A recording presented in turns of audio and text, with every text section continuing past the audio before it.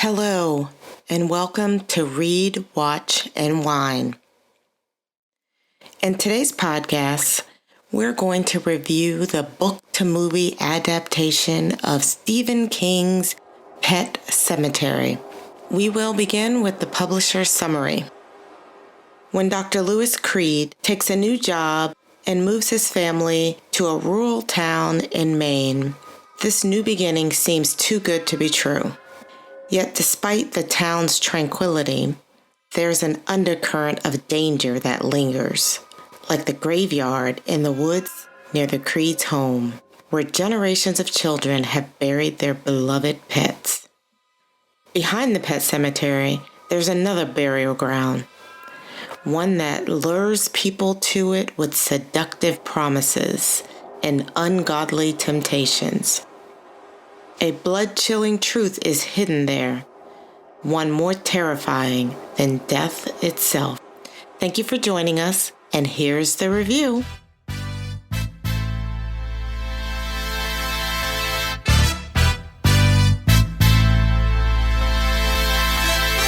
Hey, podcasters, we're here. Hello. Hey. The ladies of Read, Watch, and Wine. I'm Rhea. Champagne. Treva. And Lynn.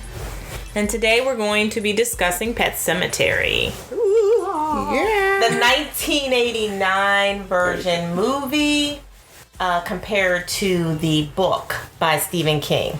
So the book was written by Stephen King, and interestingly, this movie, the screenplay was written by Stephen King. It was directed by Mary Lambert. So let's dive right in. Love Pet Sematary. You love Pet Sematary? Mm-hmm. Why? I just think it was an interesting story. I remember actually seeing the movie of Pet Sematary when I was younger, but I had never read the book, so it's kind of cool to bring them both together.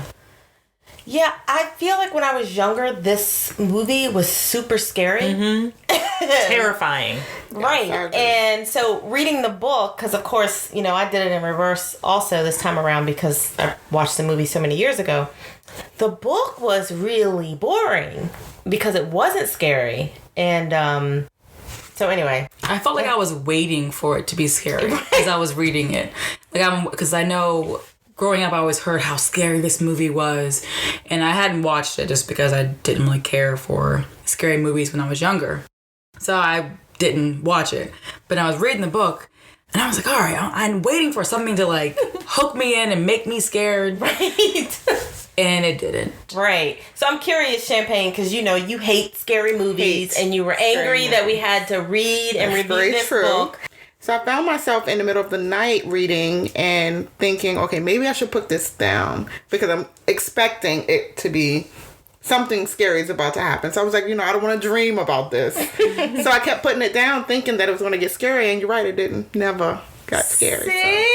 So it was a thriller. But it's now not we scary. can read more scary books? No, that's not what I'm saying. I mean, Stephen King. No. Scary books. Because then you'll kind of know the theme of him and how it is. It's more like nothing jumpy. You can say. More jumping and thriller, but not scary.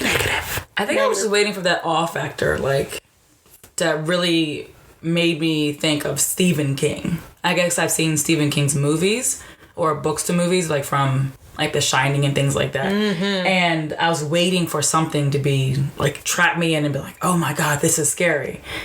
But it wasn't. I mean, it was, I guess, a suspense thriller. Yeah. So it kind of made you think about if you were in that situation, what would you do type thing, but nothing that scared me.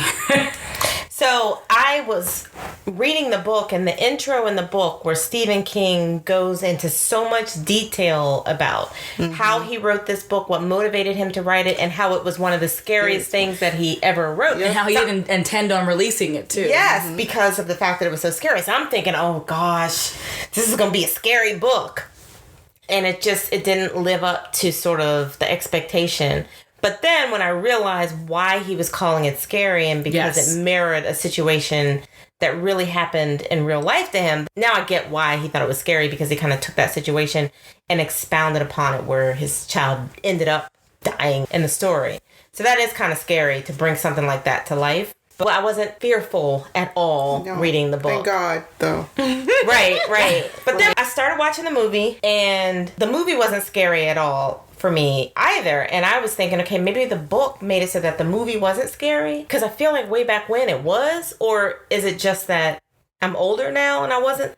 I think back in that time period, it was scary because we were waiting to see it. I think it might have even come out maybe around Halloween time. I can't remember when I saw it, but I remember it was scary. It was more of the earlier scary movies. So we weren't really prepared for a scary movie when I went to see it. Right. Especially a scary movie of that concept. Like you had other movies like The Exorcist or whatever that, about like possessions. And this was like your own loved one coming back possessed but still themselves in a way.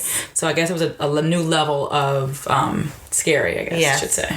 I feel like the movie did follow the storyline. I mean, I think the adaptation was on point. There were minor modifications. For instance, Judd's wife didn't exist in the movie. Which I was kind of disappointed about, but I understand that she really wasn't that relevant. Right. To use Ray's word. So irrelevant. But they followed the storyline, I thought, in the 1999 adaptation very well. And I think it has to do with the fact that Stephen King wrote the screenplay. Right. So he was trying to mirror his book. So I think it did really well. But the one thing, I don't know if y'all noticed this, and it could just be me, but I probably noticed it. But in the 1989 version, like, everybody had baby blue eyes except for the main character, Louis Creed, but everybody had these bright baby blue eyes. And it was just like, wow. Yeah. I peeped none of that. Yeah. I did peep it. I do remember it, and it really came out to me when there was somebody, I think it was the nurse. It was somebody who's like, they were talking and their eyes were so wide. And I was like, what the heck? Like, it's like they took a flashlight and were flashing it on her eye the whole time she was talking. It was so bright. I literally missed all of that. Yeah. I can't even label or name one person whose eyes were blue. I didn't pick it up at all. Everybody but the main Well, now guy. you're telling me. But like, go back and watch it because it just threw me. I mean, it may not have been everybody, but it was so significant to me that I'm like, and plus I'm peeping out like the limited diversity in the movie because there were no minorities in that movie. And so I'm looking at it, and then all of a sudden I see all of these baby blue eyes. that's a random fact that you noticed. So Yeah. I got to put that out there. Yeah. So, I mean, you're contagious, Lynn.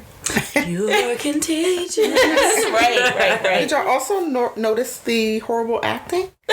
Oh, God. See if you noticed that. But for that time. I don't know. Yeah, in that time period, people couldn't act. You cannot say that when we watch 1939 movies and they're amazing actors. No, they're not. I don't know of an amazing actor. No. I watched a couple of black and white movies that are absolutely amazing actors and actresses.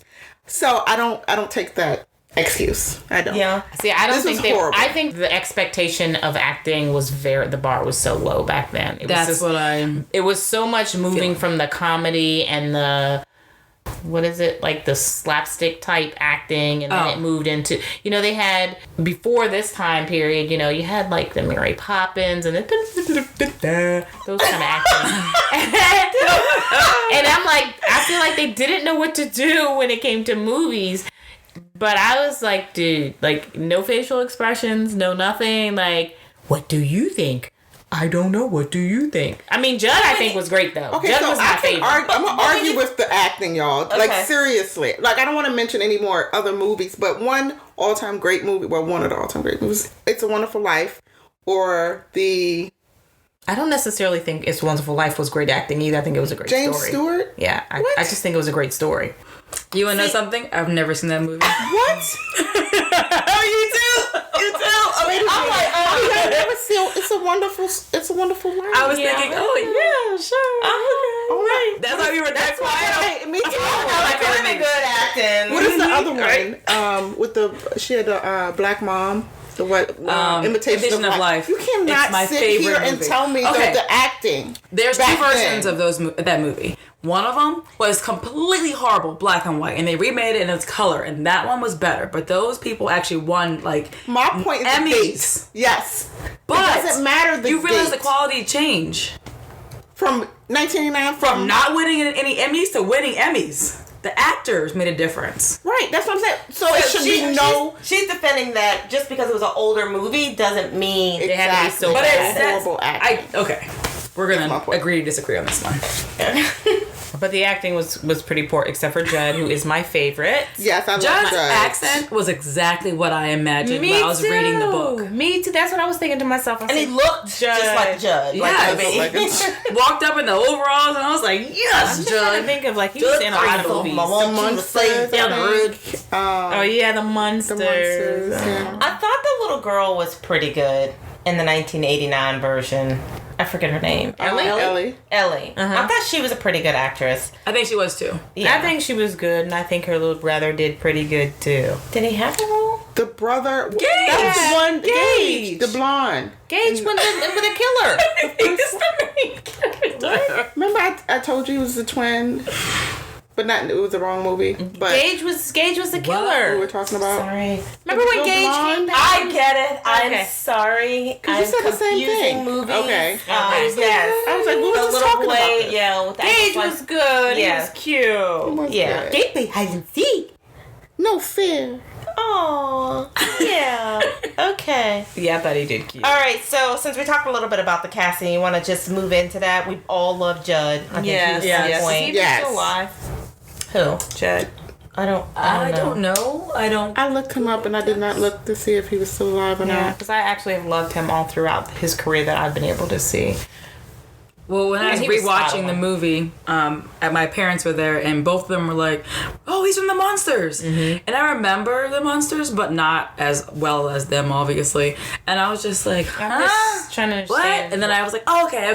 Because I actually it. remember that very well too. So I don't What, know about the that. Monsters? Yes, that was I like have no my memory favorite. of the Monsters. What? Oh my gosh, Yeah, that was no. my It's favorite. really good. I remember the Addams Family, but I don't no. know. I mean, I remember the Monsters, but not enough to like see the actor and be like, "Oh, he's in the Monsters." I was like, oh, Yeah. Okay, so wait, in the movie, remember after the little boy Gage killed Judd and his mom, and then Lewis walked over to Judd's house, and it looked like a haunted house all of a sudden? Yes. Why?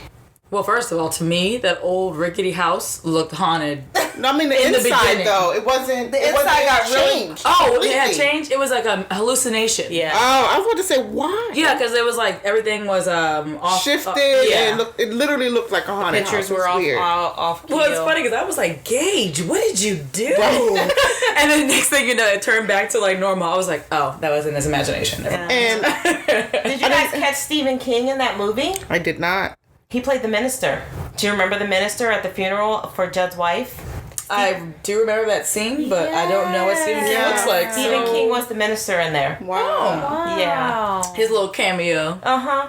Well, he It is is the a man. movie. Well, I mean, and he did the screenplay, so I don't see why not.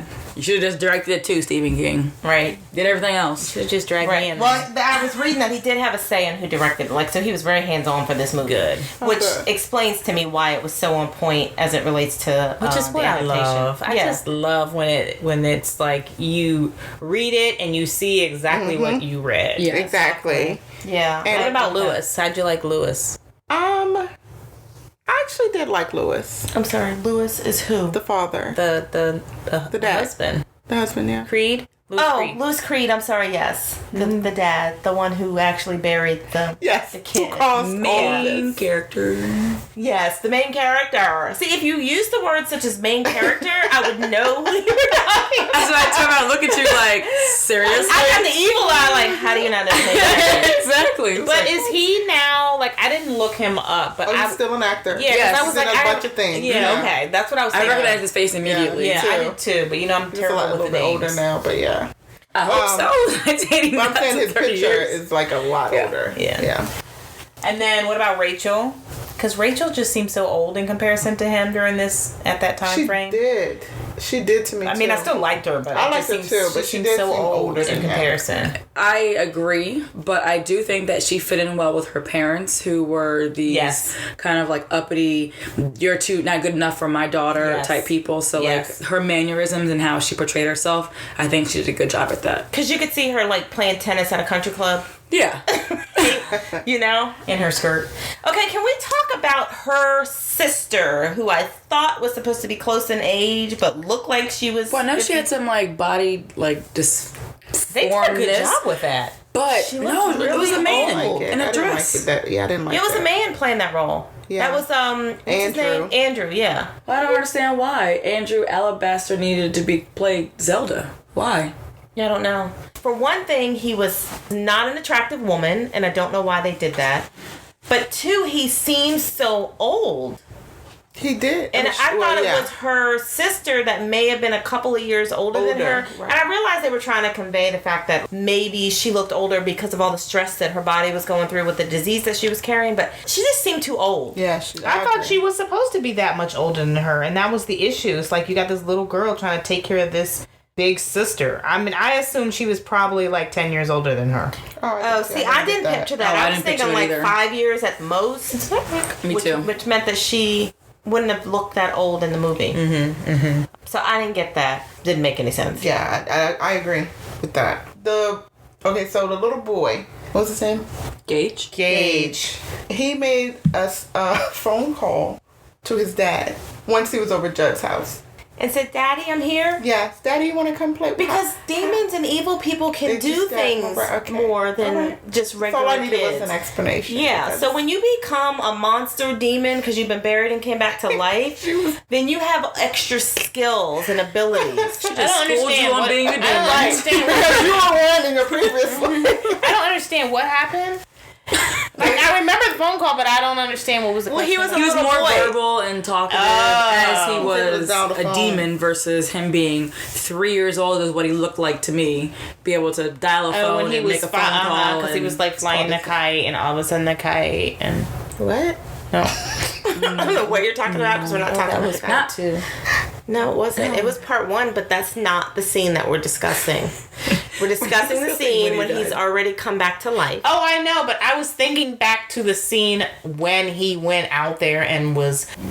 Whose tummy was that? We need some wine to go with that.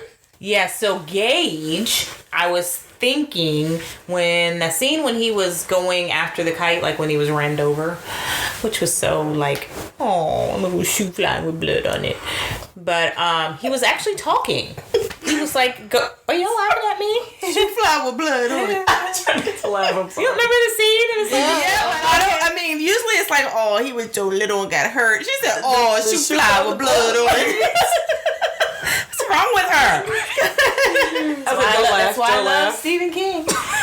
But yeah, he was talking a little bit then when he was over there, when he was walking towards the kite and flying the kite. But I guess you're right. He was Pick up using the phone much and bigger make words. Also, The point is, he had to dial a number, people.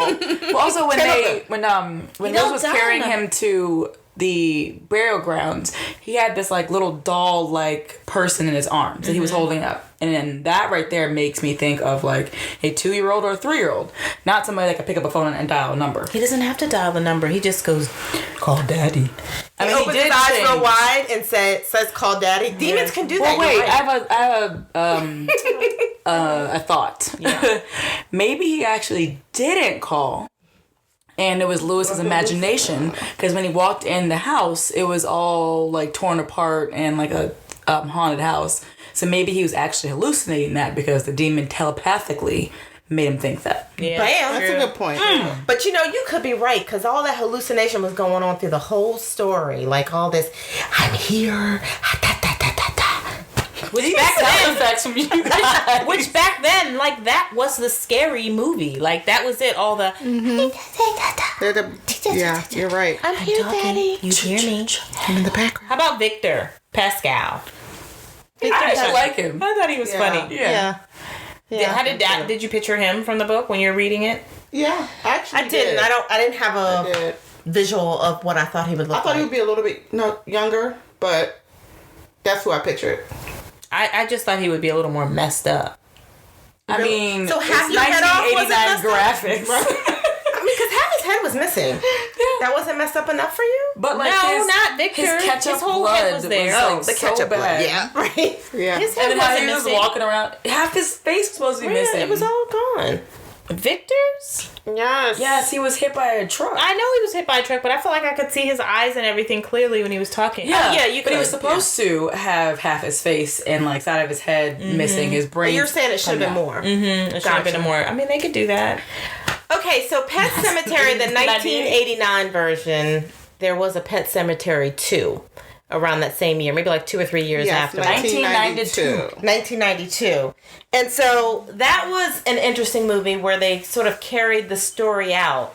And they weaved in, like, the Creed family, because they kind of showed the house. And the mailbox. And the kids were telling the old story of the past, but they carried the same Pet Sematary theme in it. Right. What did you guys think of that part 2 version? I liked it. I mean, we don't really have anything to compare it to as far as a book. Right. But I thought it was a nice part 2. I feel like it was a little, I think it changed with the times because I think it was a little bit more scary. Like it had some scary parts that made, well, at least it made me jump because I'm a punk. But that doesn't really take much, right? It really doesn't. But I did like it. You were jumping a lot throughout the movie. That Pet Sematary 2 was also directed by Mary Lambert. It really kind of flowed with the same theme because it was the same director. But it doesn't look like Stephen King was involved at all. I don't know, to me it was a little bit more, how Ray was saying, like that slapstick kind of funny.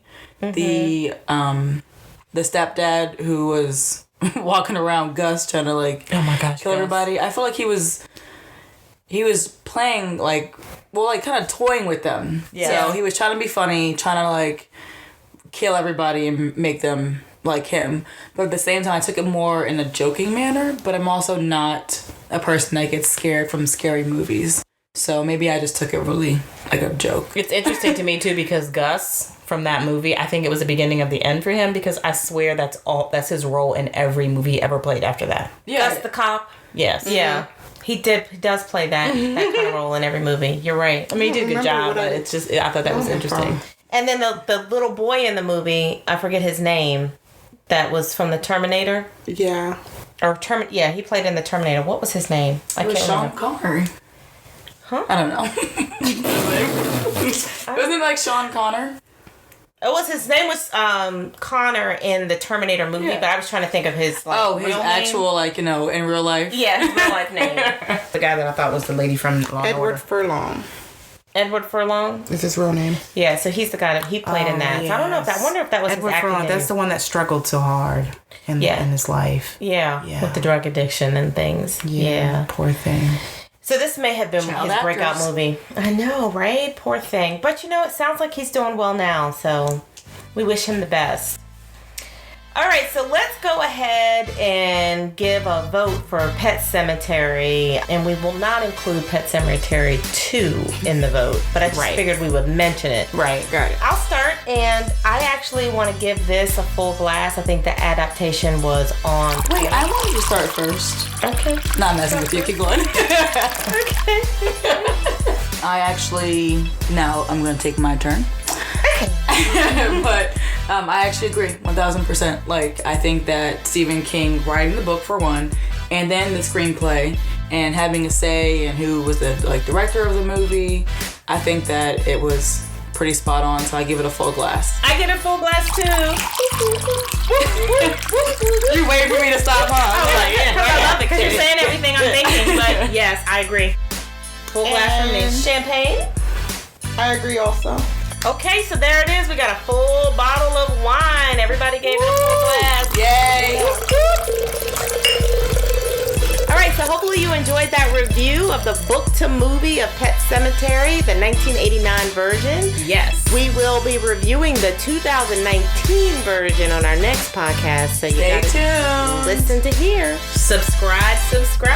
Follow us on Instagram, Read, Watch, Wine. And talk about our podcast to people and share our information so that they can tune in also. Looking for sponsors so we can mention the wine we're drinking here. Yes. Right, so let us know. We'll shout you out. Okay,